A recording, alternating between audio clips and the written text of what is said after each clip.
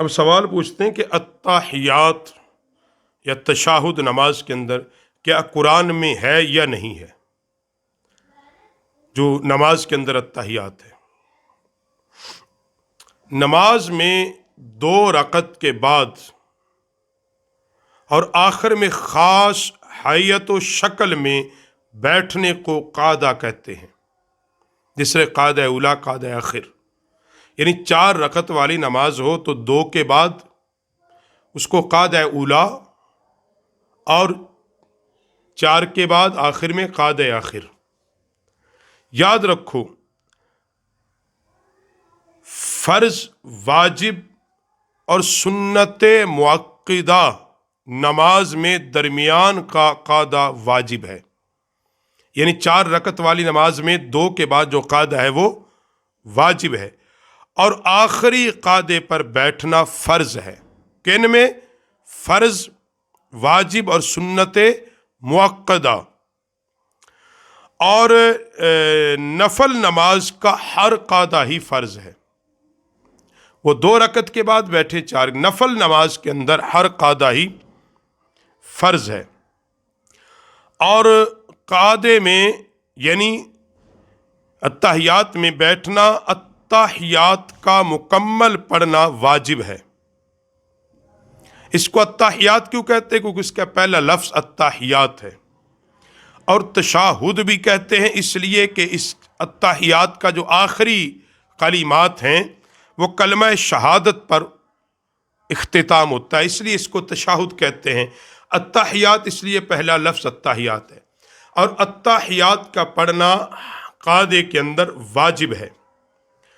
ہاں، یہ ضرور ہے کہ اس کو صراحتاً قرآن پاک کے اندر نہیں ہے، مگر صحیح بخاری اور مسلم کے اندر یہ روایت ہے کہ حضرت عبداللہ بن مسعود رضی اللہ تعالی عنہ سے روایت ہے کہ رسول پاک صلی اللہ علیہ وسلم نے میرا ہاتھ اپنے دونوں مبارک ہاتھوں میں پکڑ کر اس کی اہمیت کے ساتھ مجھے تشاہد کی تعلیم فرمائی۔ کس طرح فرمایا؟ جس طرح آپ علیہ الصلوۃ والسلام مجھے قرآن پاک کی کسی سورت کی تعلیم ارشاد فرماتے تھے، یعنی آقا علیہ الصلوۃ والسلام حضرت عبداللہ بن مسعود کہتے ہیں کہ اسی طرح التحیات یعنی تشاہد کی تعلیم فرمائی جس طرح قرآن پاک کی کسی مبارک سورت کی تعلیم ارشاد فرماتے، اور پھر انہوں نے صحابہ کے سامنے پوری التحیات پڑھ کر سنائی جیسے کہ پڑھی جاتی ہے۔ اب معلوم ہوا التحیات کے کلمات اس ترتیب کے ساتھ اس کا شرعی حکم قرآن میں نازل نہیں ہوا، لیکن صاحب قرآن نبی کریم صلی اللہ علیہ وسلم نے قرآن جیسی اہمیت کے ساتھ بنفس نفیس صحابہ کو تعلیم فرمائی ہے، بلکہ نماز کا پورا طریقہ آقا علیہ الصلوۃ والسلام نے صحابہ کو تعلیم فرمایا، اور تواتر کے ساتھ منقول ہے، آج تک امت اس پہ عمل کر رہی ہے بلا تفریق۔ پوری امت کا التحیات پہ عمل ہے، اور یہ حدیث مشہورہ ہے، صحیحہ ہے، حضور سے ثابت ہے، اسی لیے التحیات کا پڑھنا اس کو واجب قرار دیا ہے۔